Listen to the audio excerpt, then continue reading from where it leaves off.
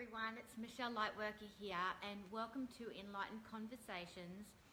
I'm actually going to be joined very shortly with a wonderful soul sister friend who's also got a Greek heritage, which was a lovely coincidence when we met to find out.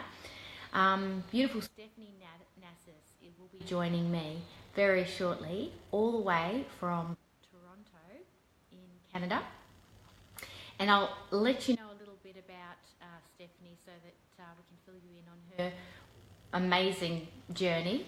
Today we're going to be talking a little bit about, we both felt guided to talk about how travelling can expand our consciousness.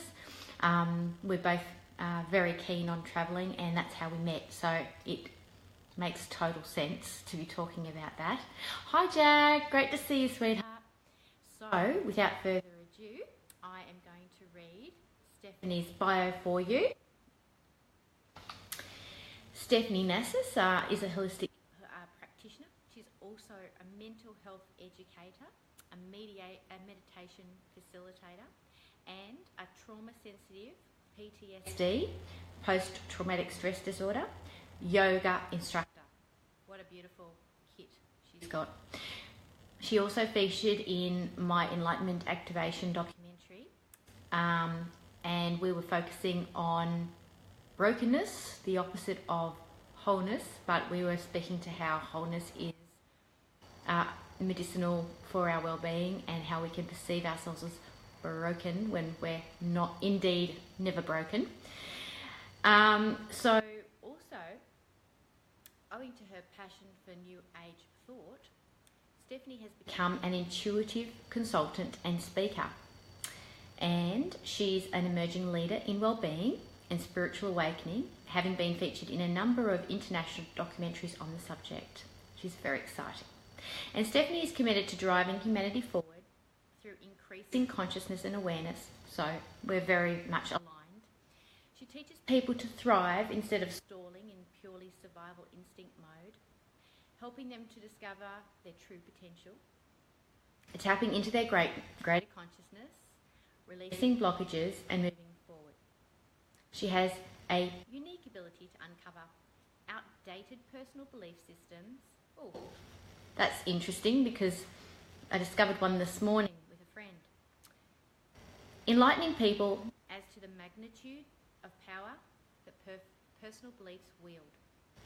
She is passionate about empowering people to live happier and healthier lives, discovering their true potential, and her method is to rely upon unconventional transformative spiritual techniques to empower personal transformation from within. Nearly 20 years as a first responder. 20 years as a first responder. Stephanie has come to intimately understand the body, mind, spirit connection, going on to develop her own spiritual survival technique. Now I know that we have some technological stuff happening. I'm going to check to see if she can see me via Messenger. I'll just check because I know that Stephanie's getting all her equipment organised. Let's have a look. No, she can't see me. Okay, let's just check.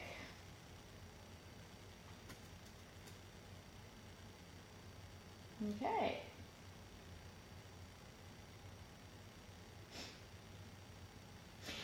So what I might actually do is see if it's come up on my Facebook stream.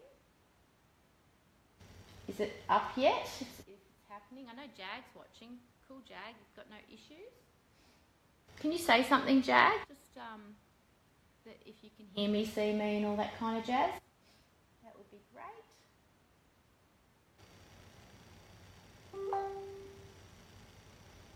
Okay. Okay, it is live. So, not sure.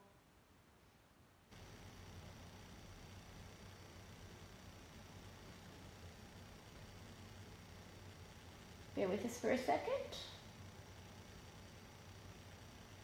Might take a while. Sometimes it does take a while for our live live streams to come up when it's across countries. Jag's watching, but she's not said anything, so perhaps we've got an issue there. Anyway. Now she can see me. Fabulous. For some reason I can't add her in. I'm not sure.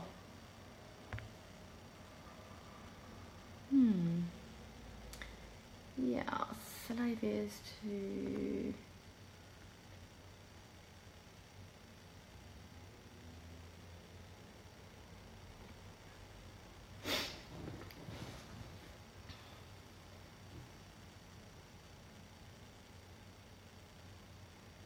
I might give her a call and see what's happening.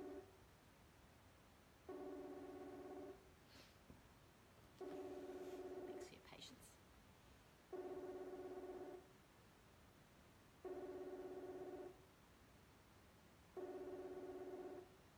Try to call.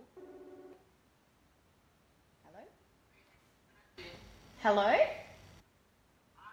Hi, sweetie. You could see me, but I couldn't see that you're watching for some reason. Okay, can you see me now? I can't see that you're watching me, but I'm wondering, sometimes people say that when you've got your computer open at the same time, it gets confused. And so you should only be watching from your phone, like from one device. Yep. I got it on.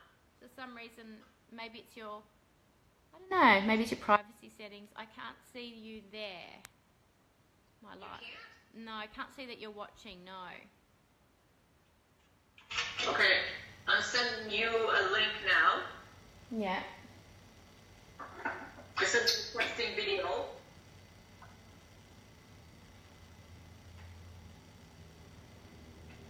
Should I get rid of everything? Like even... Yeah, I know that some people have had some issues when they've had, had another page open. Okay, I closed the open, so there's nothing open. Okay. Maybe it takes Okay, let me start over. Maybe it takes a minute to register. But you can hear me okay, right? You're coming through on Messenger because I called you on Messenger. Okay, I see what you're saying. Yeah. Do you want the computer? What's that? Do you want to try with my Facebook page on my computer instead of the phone? You could try, but yeah, you could try. Do you want to try that? I mean, I'm open to it. All right. So let me just get back in. I don't know if it's going to work. People have said it doesn't work on Facebook for them yet. All right. So okay, I'm going to hang up with you here. Yeah. Try calling me again. Well, yeah, I can try calling you again. Sure. Okay.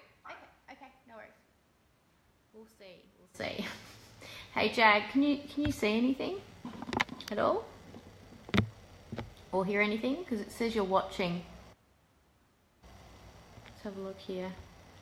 Live viewers? Not sure.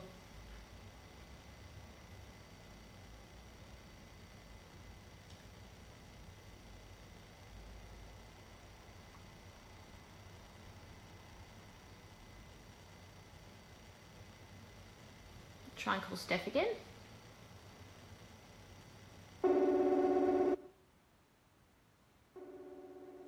I wish Facebook made it easier.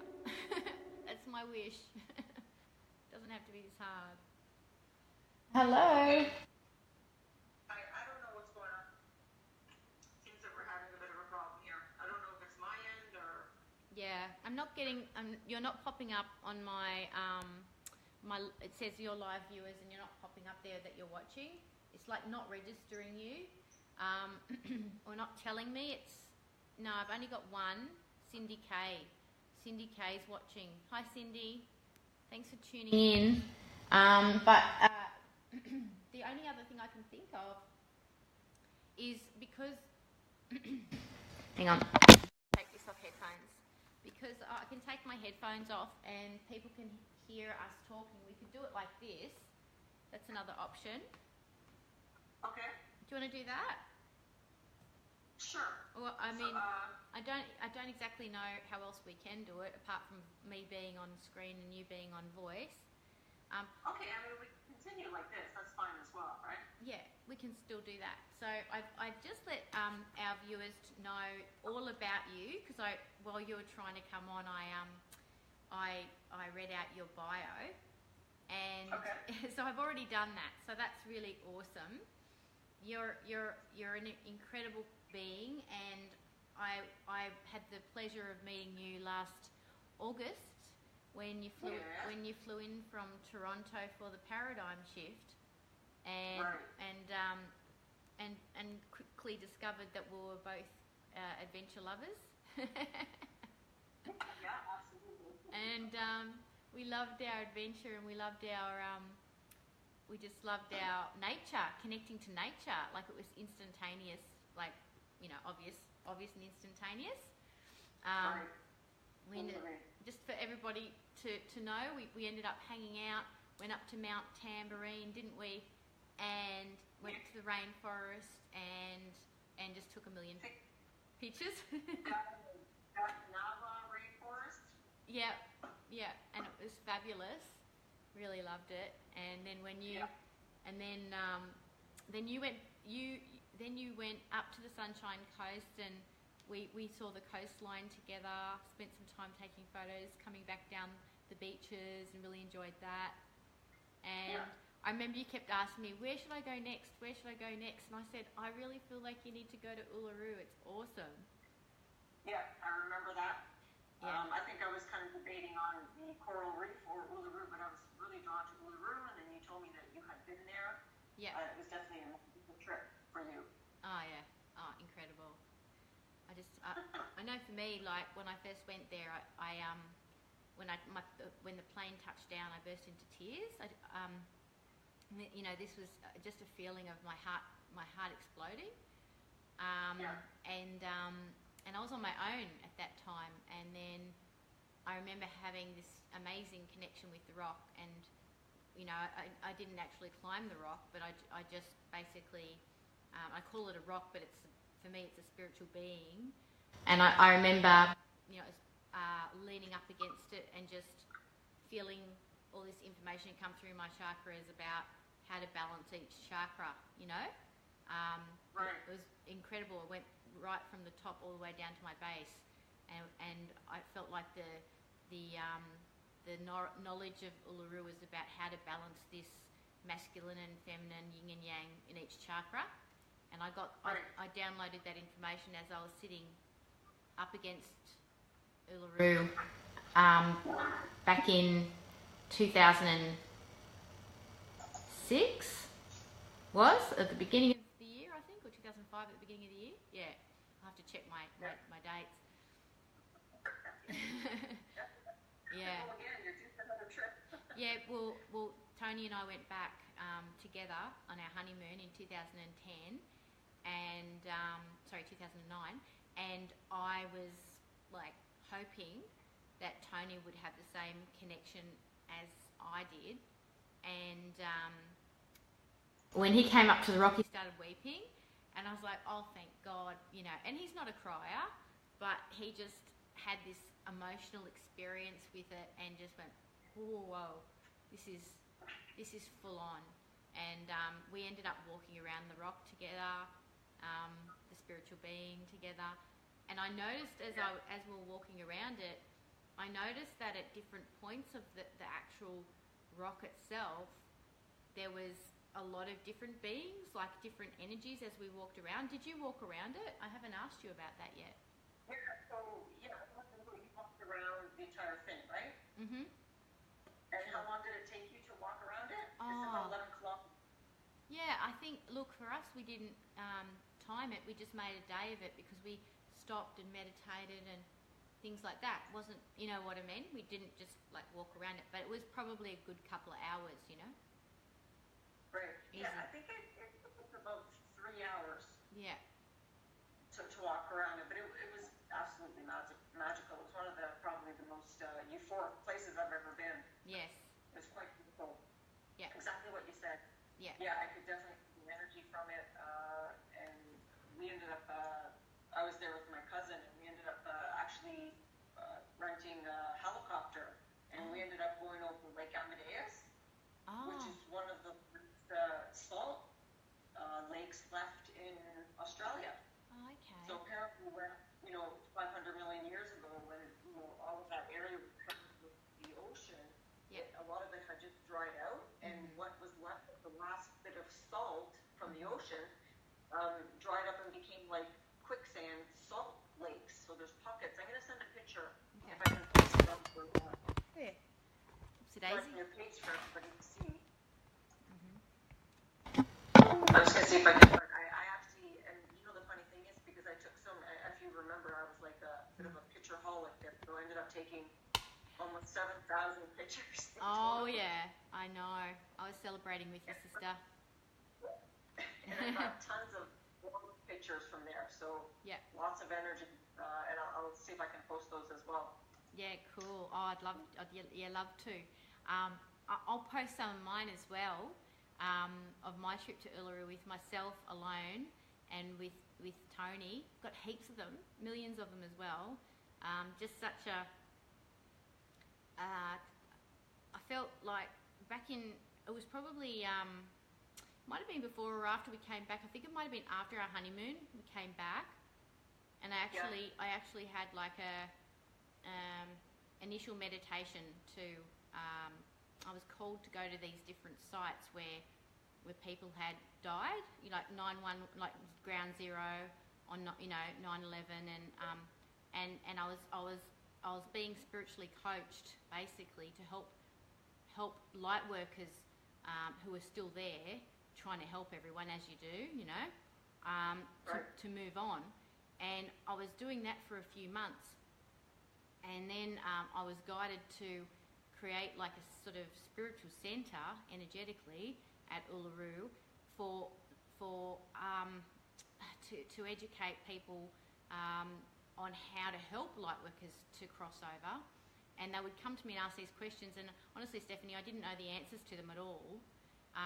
But what would happen is they'd ask the question, and then all of a sudden I'd know the answer. So I was learning. Yeah. I know this is a weird thing that happens with me. I learn as I teach. It's kind of a weird thing, and so after a while they stopped coming, and this was I would turn up, each day or each week, whatever I was guided to do, and then they stopped coming. I'm like, what am I doing wrong? And then I got the message, no, you're doing everything right. Enough people now know how to help a lot of the light workers cross over, because there was a big, almost like a big, jam up funnel of light workers not passing over. It was just a sort of like an epidemic or something. That was massive. So I have a huge connection to Uluru because of that now, and I haven't actually been there since that. You know what I mean? So the next time I go to, like physically, I'm talking physically, obviously. The next time I go to Uluru, I can only imagine what it's going to feel like after having that kind of connection with the place, Yeah, absolutely. And I think I felt this, to tell you the truth, like I went there, and when I left, I had, like, my intuition, like all of my senses were just super heightened. Yeah. And so, I just, the information that I was getting and the feeling that I had, and I felt so peaceful. Yeah. And it was almost like this, Oh, you've dropped out. We've lost you. Oh, try. See if I can do a video call with you.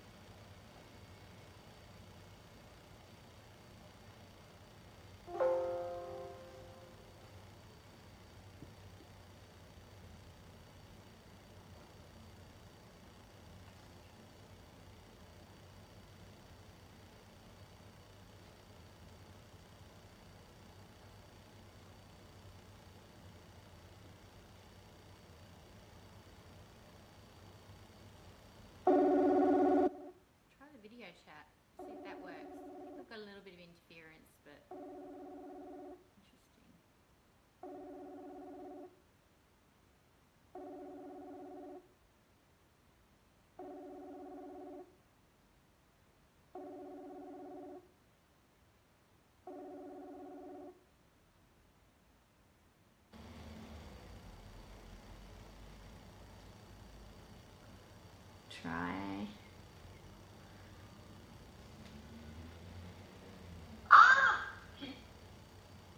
Can you see me? Yes, I can see. Hang on. Oh, yes, I can. Hello. I wish I could just, like, there's Stephanie. We figured it out. Look, I will work it out. How can I do this? There's Steph and I, we're right here. We worked it out. We can't see, this is different from sharing the screen, like, you know, with Facebook, right? I can hardly hear you. What happened? Oh, you can't hear me? Hang on. There's a bit of interference there. So you can see me now, right? Yeah, I can see you. Okay, cool. I can see you on my computer. But I can't sort of see you. I can't get it to line up so that both of us are on the screen at the moment. But at least you can see me and I can see you. That's cool. Okay, I'm happy. That took a little bit of effort to figure out, but we did it. Yeah, I wish I could bring you on the camera, but anyway, I don't know for whatever reason why I cannot see you viewing the live stream. It just, I don't know why. You know what? I think it might be in your privacy settings or something, maybe. You know, on Facebook? It might be. I'm not sure. Maybe it's a browser issue. Do you think maybe it's a browser? I'm honestly, I wouldn't know. I'm not that sure. But having said that, I was contemplating on changing to do some live streams with Be Live TV. And I think I might have to go that way because this Facebook thing, it's failed me a few times, and I think, oh, I don't want that to happen. I don't like that, so we'll find a way around it for next time. But anyway, tell me more about your Uluru experience. So I had like some.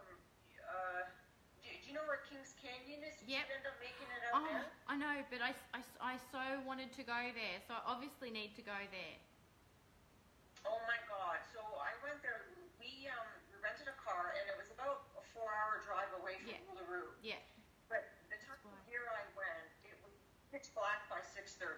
Right. So the sun was. So we had left, I think, at around 11 in the morning. By the time we got there, the sun was just starting to kind of go down a little bit. Yeah. But oh my God, it was like the energy was even more profound than Uluru, and I found that there was orbs everywhere, and there was a particular area where it said nobody was allowed to enter. Yeah. And actually, video footage on it, I actually believe that I caught some object or some activity, some supernatural, paranormal activity that was happening there. Yeah. And it spooked me out pretty bad, and I don't get scared that easy, but this particular incident, you were kind of jumping in driving as fast as we could to get back.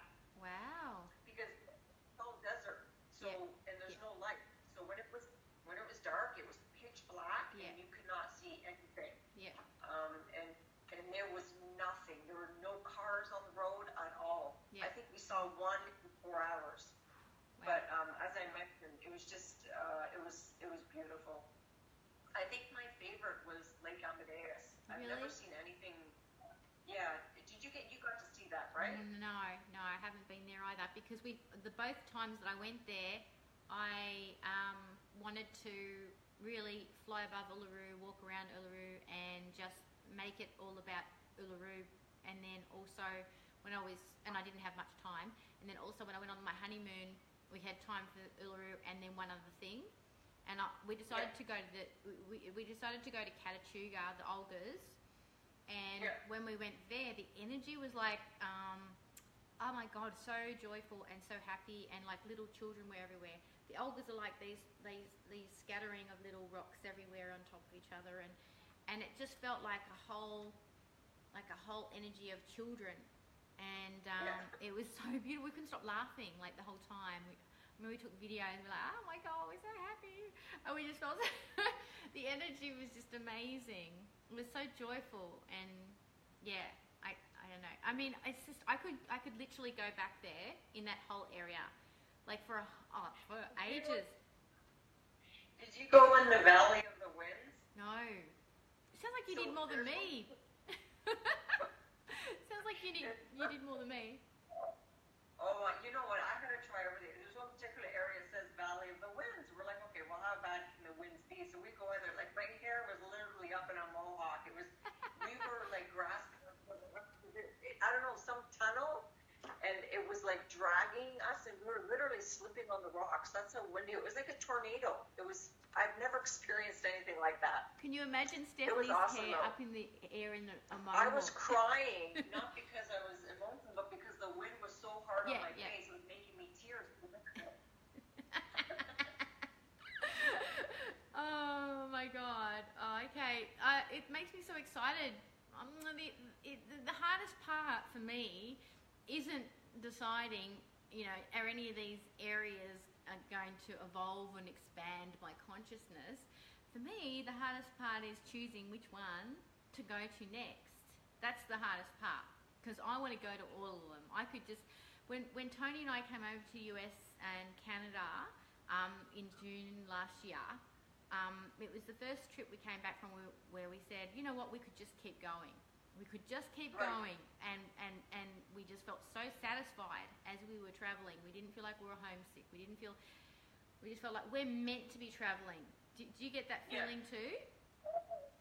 You know what, I've been thinking about that now. Like, all I want to do is just, travel, explore, and just go and kind of do some soul searching and discover the world. My next bucket list place, or should I say life list place, is Sedona, Arizona. Oh my God. They have energy vortexes there. Oh my God. The Angel of Death. Yes. No, the Valley of... I loved it. We didn't actually, we just had no idea when we went there how much of an activation it would be for us. And we had one day on the way from Utah to Arizona one day, and we were told, go there, go to every single high energy vortex place in the one day. This was the guidance. I'm like, oh, what? Anyway, so we get the map out and we're going, okay, this is where we're guided to go. Next is that one, and next is that one. And we just said, okay. And all we did was, Steph, was we said, it's not anything but what they're saying. Just go there. Don't have to spend heaps of time there. Just go. And everywhere I went, I got a message, an activation. Everywhere I went, and it was like crown or third eye, or this is relating to the throat, or whatever it is. And I just got bang, bang, bang, bang, bang. And I said, why, if this was such a powerful place, why only one day? Because I could have, easily spent weeks there. And they said, and my guidance was, because you can handle it in one day, and not many can. So, which was a really good validation for me.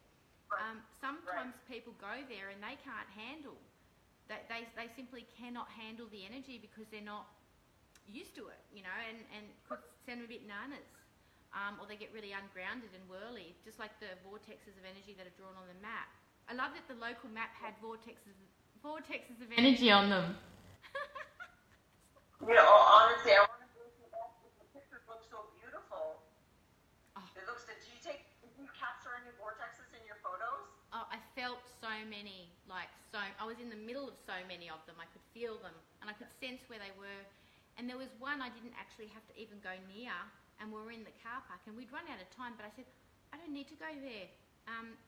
It's there. It's right there. I can see it. It was literally I didn't have to physically go there anymore. But that doesn't surprise me, because that night we went to Phoenix, Arizona, and we were staying in our hotel room and everything, and I had a dream where I was astro traveling. It was the most flying dream I've ever had in my life. And so whatever had happened in that day came into me and lifted me in my sleep. So, I think when we go to these places, we just have to trust what we get is perfect, because, it was amazing. Yeah, I definitely got to go. I was actually trying to plan it for... Did you end up going to Machu Picchu? No, I haven't done that yet. No, and I want to. So bad. Yeah, that's... I hope they don't shut it down before we end up going. My bucket list has really tiny, small font on it because I've got so much that I want to do. Or it's a really big bucket. I'm excited because Tony and I are going to Europe in September, and we're going to 11 countries, and yeah, it's going to be awesome, including Iceland, and I'm really looking forward to going to Iceland. And it's not far from Canada, Tony tells me. It's only like a few hours. Why don't you come over? We told Lana, we said, come over, Lana. Oh, I've lost sound. I've lost your sound. I've lost your sound. Should I try calling you again?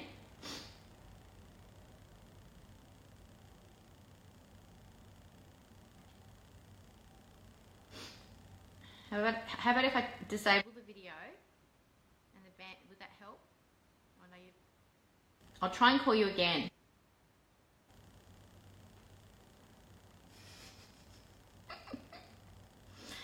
Oh man, so funny.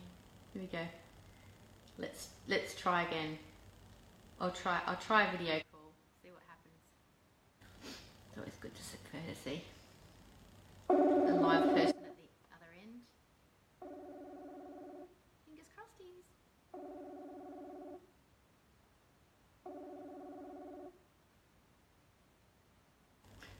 Can I hear you? You hear me now? Yes, I can hear you. This is terrible. Well, hey, I'm a persistent. Lucky I was born in the year of the dog, and I'm a Taurian, so you could say I'm like a dog with a bone, and I'm as determined as a bull.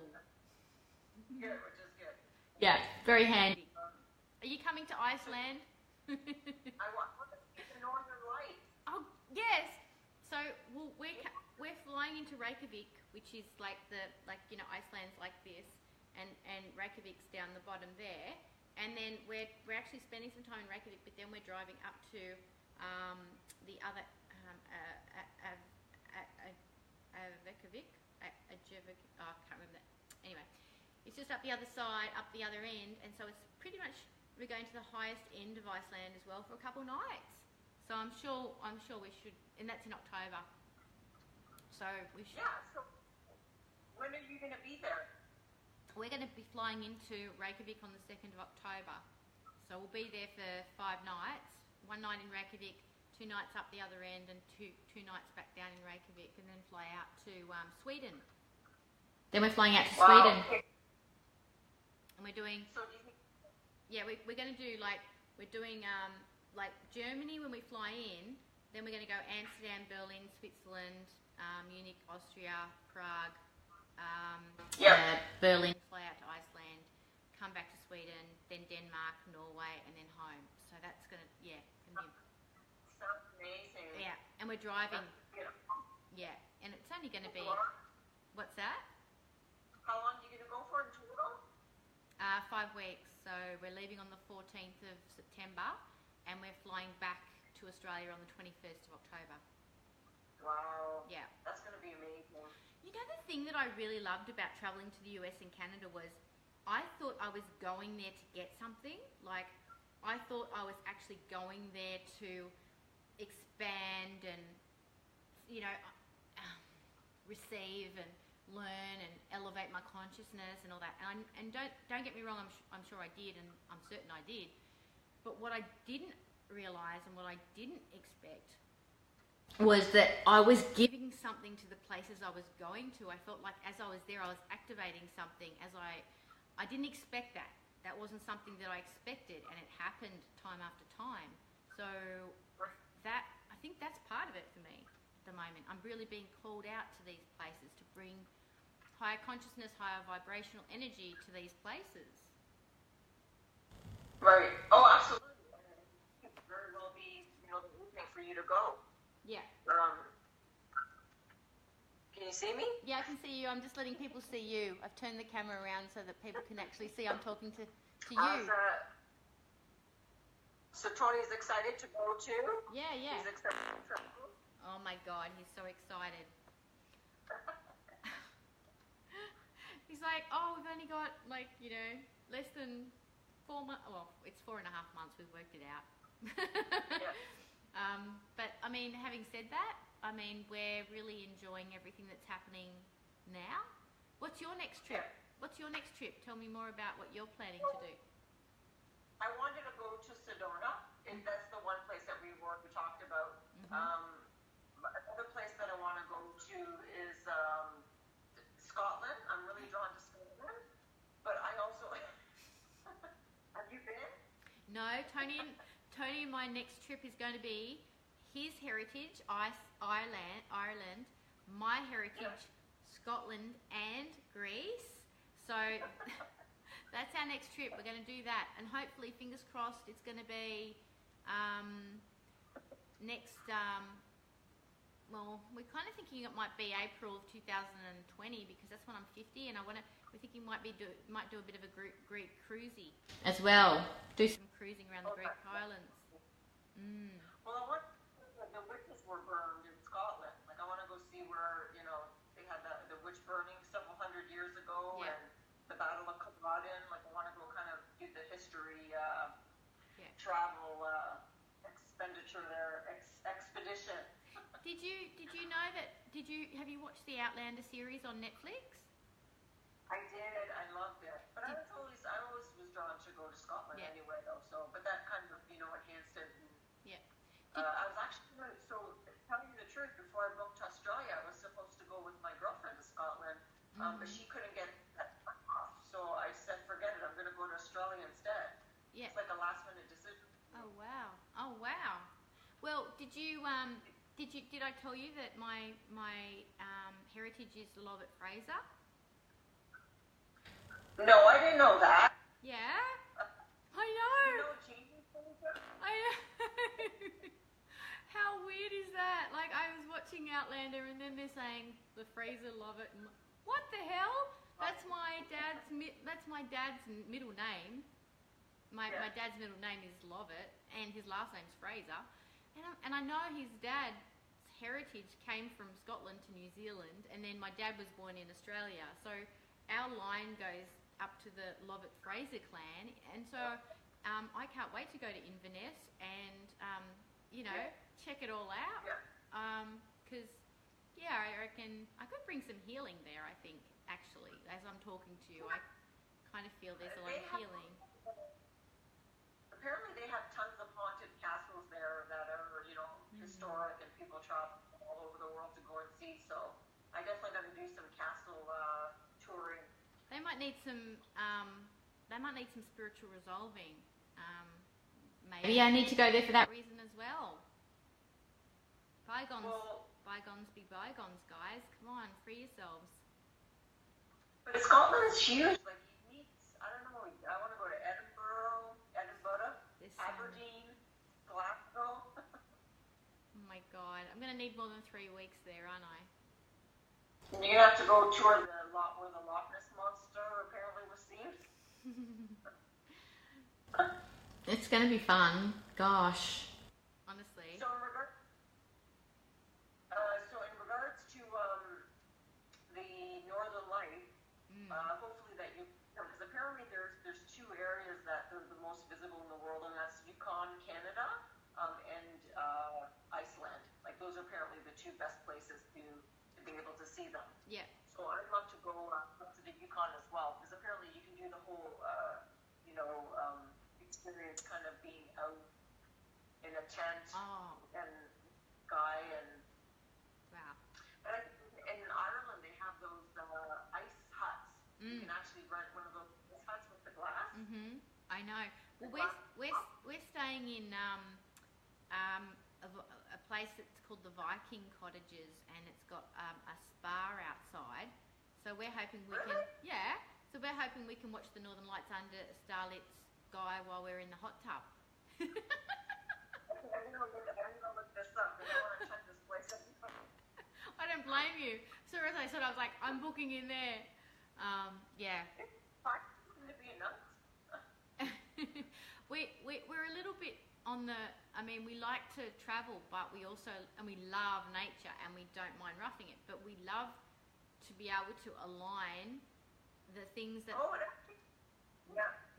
that tick our boxes, you know, to you know, our bubble box. We like the spa. We just recently got a spa, and we got an infrared sauna the other day put in here. Now I've got an infrared sauna. Have you ever been in an infrared sauna? I used to go all the time. So you I had a membership. Oh, they're awesome. I couldn't believe it. I literally, because I'd never been in one, but it literally felt like someone had injected a whole heap of energy in me as soon as I left. Like, it literally felt like that. I was like, whoa, okay, this is awesome. So I'm looking forward to more of them. So we've got a natural spa, a natural sauna, like a hot air sauna, like a Swedish one, and we've also got an infrared one. Oh wow, very nice. So I got two. And you have your place right now? Yes, because we live in a place that's a resort. Yeah. we chose that reality. That's good. And you still go for your ocean walks? And my what? My what? Your walks by the ocean. Oh yeah, we went by one this morning. Tony and I went for an ocean walk. It was gorgeous. Actually, it's coming into for us, it's still like fall. You know how you call it fall, we call it autumn. It's still fall, but it's we're a month off winter, and usually, around about sort of March and February, March, it gets a bit windy because we get a lot of wind at that time. But around about now, it sort of starts to settle down, and we get these absolutely amazingly stunning, just clear blue sky days. And so it's starting to sort of turn itself around, and you can see the occasional clear blue sky. A little bit of a chill. When I say chill, it's not chilly, but it's a little bit of a fresh feeling in the air. But it's just stunning. Like, that doesn't feel like it's getting colder when you're in the bright sun and you're walking along. You know what I mean? It's just nice. We're a bit spoilt. Absolutely. We're a bit spoilt here. We are. Tony's still. What's that? He's still surfing. Yeah. He's still surfing. Yeah, he's still surfing. He sure is. He loves his surfing, and it's like, for him, it's like a big chakra clearing. He goes off to have a surf, and he comes back, he's like, oh, his little dolphin tail wagging, his little dolphin. Oh, by the way, he said to say hello. Oh, awesome. Tell him hello as well. Send him a hug and kiss. Yeah. He's off to Brisbane today doing his other work, but he sends his love. Yeah. That's good. We don't have a nice ocean close by, so I usually go in the forest, the trees. Yeah. I'm usually go for my daily walks in the park. Mm-hmm. Which I find I get energized there. I try to do it like several times per week. Yeah. We need to be grounded right after work sometimes. Yeah. I just being in there.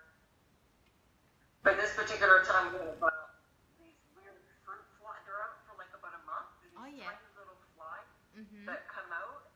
They're everywhere. I don't know what they do. They kind of breed. They multiply within a day, and then they die the same day too. Wow. So it's to go in. They go for it. They go for it. We're making the most of our life. We're going to suck blood.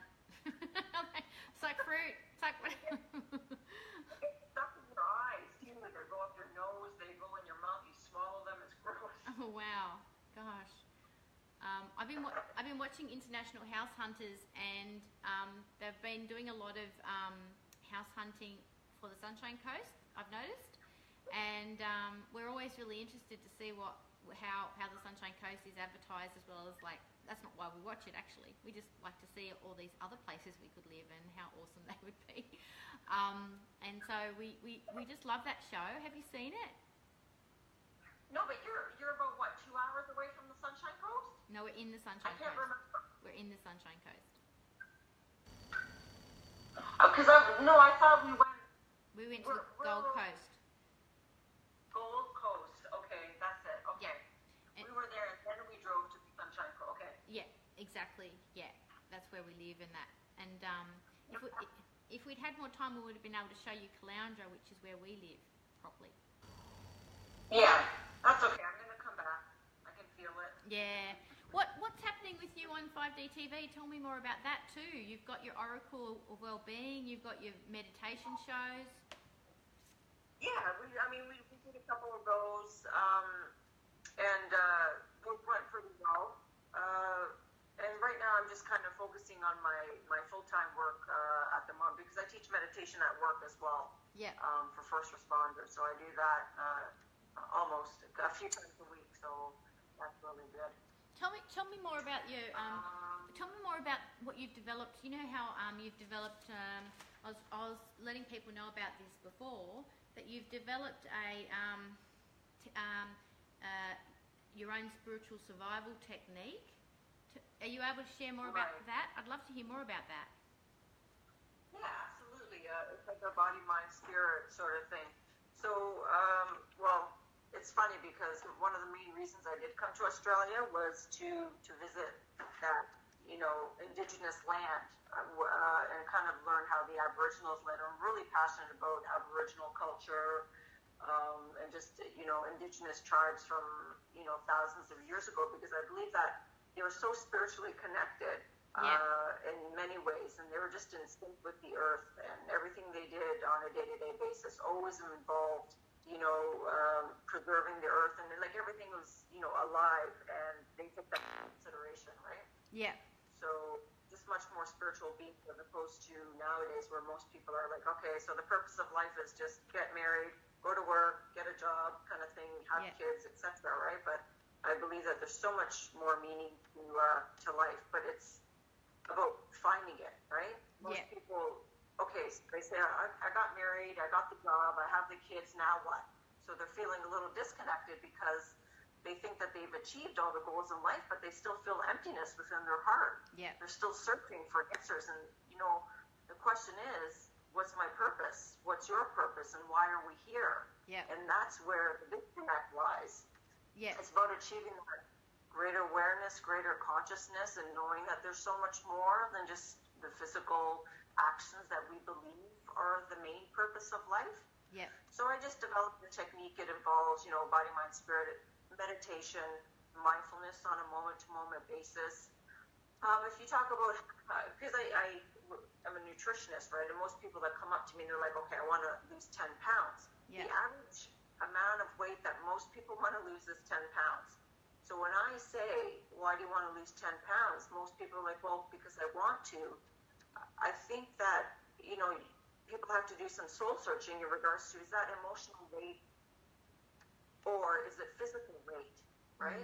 Because we're always thinking that something's wrong with us. We're always trying to strive for perfection when really you could be 10, 15, 20 pounds overweight and still be perfectly healthy. Yeah. All your vitals are, at the range that they should be. Your blood pressure's fine, all of this stuff. But people still feel that, okay, if I lose 10 pounds, then I'll get the guy or the girl. Or if I lose 10 pounds, my life will be perfect, right? Yeah. There's a disconnect there because we believe you have to achieve that happiness from external sources, but it always comes from within, right? Yeah. You still there, or did I lose you? Yeah, you sure are. I am sure. I mean, you're here too, but I am.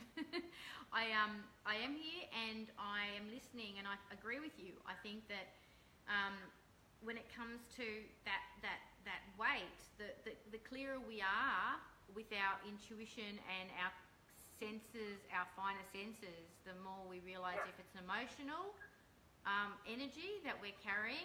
And not only that, what happens is that when other people are maybe talking, and then their vibrational energy shifts into this dip, like a weight. You can feel it when you're more in touch with it. You can actually feel the weight, which is really helpful because if you're around someone and their energy goes boom, and then all of a sudden you're wondering, why is my energy going boom? It's because perhaps you've had an empathic response to that person even. So it can be quite, we think that we're islands, we think that we just exist in our own little narcissistic bubble. But the reality is that every single thing that we're feeling, including the weight you're talking about, if it's that emotional weight, that actually transfers across onto other people in terms of their own empathetic or energetic response, both. They can either take it on and carry it, or they can tune into it and go, oh, well, I'm going to be spending maybe less time with that person because I don't really want to be feeling that heaviness, So if we don't deal with it, it does affect our relationships, and it affects how much people want to be around us, doesn't it? Yeah, absolutely. It's a major thing. Yeah. So, and I think a lot of people too, because they'll say, "Oh, I eat healthy and I'm exercising, I'm doing everything right, but I still can't lose weight. What's happening?" And it's like because you're not getting the point of why that weight is on. I'll always say go try some meditation or stress management. Yeah. Because every what you take is always the phone was because every action that we take is always based on how we feel from within, right? Absolutely. How we perceive what our perception is of ourselves within ourselves. Right? Absolutely. And that's the main component. Absolutely. If you do that, it has to come from within. You have to have that intention. It has to be that positive intention about feeling good, and then you'll naturally gravitate towards eating healthy, taking care of yourself, taking care of your body. It's all related, right? Yeah, you'll actually want to be in your body. Right. There's some people. Sorry. I was going to say this thing kept playing on my mind, and I know we're out of time soon, but I wanted to sort of talk to you about it, and also how it fits into what we're talking about now. Actually, I feel it does. As a first responder for 20 years, and you'd be able to see this and obviously deal with this in your everyday existence with your work, because you're teaching meditation for first responders now. But we, initially might, and I'm generalising, but I'm just going to generalise for a second. I know not everybody would be doing this, but maybe initially attracted to that kind of a job because there's a bit of adrenaline, a bit of risk, and a bit of, feeling like we can help and solve everything and, do that kind of fix it stuff. A bit of a combination, and then the irony of that, the shadow part of that is that when it is like that, insofar as a continual stream of perhaps adrenaline that gets shot out, and then it can really wear out your body and create a vicarious trauma response where you're just continually in a state of trauma over a long period of time, and you don't even notice it. So with that, just having said that, in terms of, I'm curious as to how what you do helps to bring people back to a state of not being in that fight or flight all the time, because I think that would be very good information for people to hear, how you manage that. I think a huge component that is totally overlooked is the mental health component. There's like a mental health continuum, and if you feel good, you take good actions, right? You take good, proper actions to balance your health, to manage stress, etc. But when people are disconnected and they're going through a lot and they're stressed out to the nines, the average person triggers the fight-flight, the stress response almost 50 times per day. And that comes from Dr. Lisa Rankin, Mind Over Medicine. She talks about that the average person is usually more stressed out than relaxed throughout the entire day. And this is the huge component. And when we're in overdrive and we're burning the candle at both ends, we don't make proper decisions that benefit ourselves or benefit other people. We're going to take it out on the general public, or do you know what I mean? Like if we're so stressed out and we're getting lack of sleep, every single reaction will reflect that. Like we'll have poor judgment, we'll take actions based on lack of sleep. Do you know what I'm saying? Like if we're disconnected in that sense, then we have to take a look at that mental health component. That's a large factor in the actions that we take. Yeah. So I really believe that with mental health, you'll take good action. Yeah. For mental health, you know what I mean? You're going to make bad choices, bad decisions, etc. Yeah. And it reflects the way you work. It reflects your relationships. It reflects how you treat people. Absolutely. And that whole meditation component helps us to really slow down, doesn't it? And really help us to get in tune with what is actually going on. Like internally in our physicality, in our mental, what are we thinking? What's really going on? Stop and take a breath now. It doesn't it? It really. I've met people, seriously, Steph. I have met people that have been so stressed out, like redonkulously stressed out, do one meditation and go, oh my God, I had no idea that all I had to do was stop, and all this information just came to me. I know exactly what I've got to do, blah, blah, blah. Sometimes it takes a little while for some people just to thaw out, you know, just to come back into their body, just to sure, I know that happens too, but some people, geez, you know, they just stop and then all of a sudden they realise what a incredible access to such incredible information they have at their fingertips. Right, absolutely. So, so some people don't like to, they think, oh, I'm not going to spend 15, 20 minutes meditating. So I actually promote mindfulness. 1 minute mindfulness moment is still effective in putting that body in the relaxed response, right? It's to relax your entire body, bring you back to your senses, bring you back to your awareness, and bring you back to the moment. Do you want to give us one? You know, do you want to give us one? Do you want to give us a 1 minute mindful moment? Yeah, absolutely. Okay. Well, I can give you a few if you want. Even so, if you just place one hand on your chest and one hand on your abdomen, and just start to feel any tingling sensations within your fingertips, and start to relax your entire body. Just sit comfortably and take a really deep breath in, and then slow down your exhale. Just take a couple of deep breaths. And then really slow that exhale. And what you're visualizing is, you know, drawing that breath right down to the core of your belly button, gently pushing your diaphragm down as you inhale. And then we're going to gently contract our abdomen as we exhale. And that literally is a mindfulness moment. That's a very simple one. That was awesome. And that even worked while I didn't have my hands on my body while I was holding on the computer. I was still focusing on it and I was still mindful of everything, and it does. It expands you from the inside out. It's incredible. Creating space, I think, is part of... Create that internal space is part of that real magic that we tap into with our spirituality. We create what I say like is a boundary from the inside out. So what happens is we're able to actually sense out into the world before things even come to us what is right or not, and we create this big expansive energy within us to know who we are as well. It's not like we're empty, you know. We expand ourselves.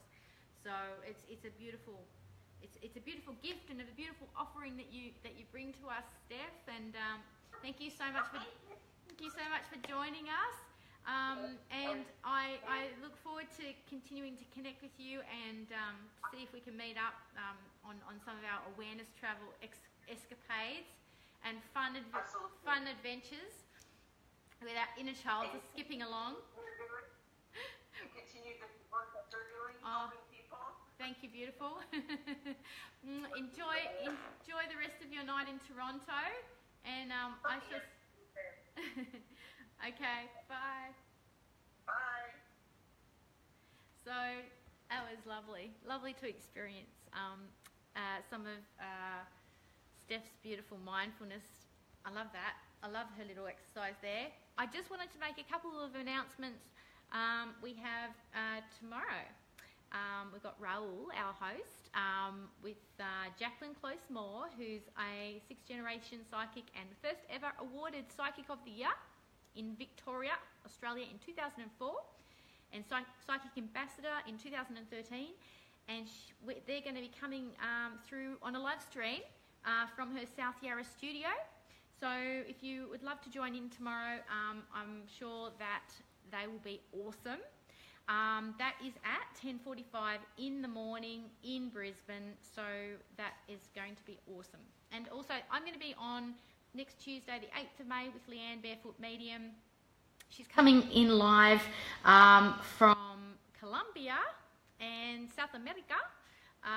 That'll be the previous day for South America, the 7th, Monday the 7th. And so we'll be streaming that at 10 a.m. Brisbane time. So Leanne's the host of Barefoot TV, Barefoot Radio, author and publisher of her very own Temple magazine. So we have a few upcoming episodes. with other hosts coming up to be announced soon. So we'll let you know as soon as we've got all the details. Thanks everybody for tuning in. Lots of love. Have a beautiful day, and remember to keep your conversations. Every conversation can be an enlightened conversation if you take an enlightened point of view. Lots of love.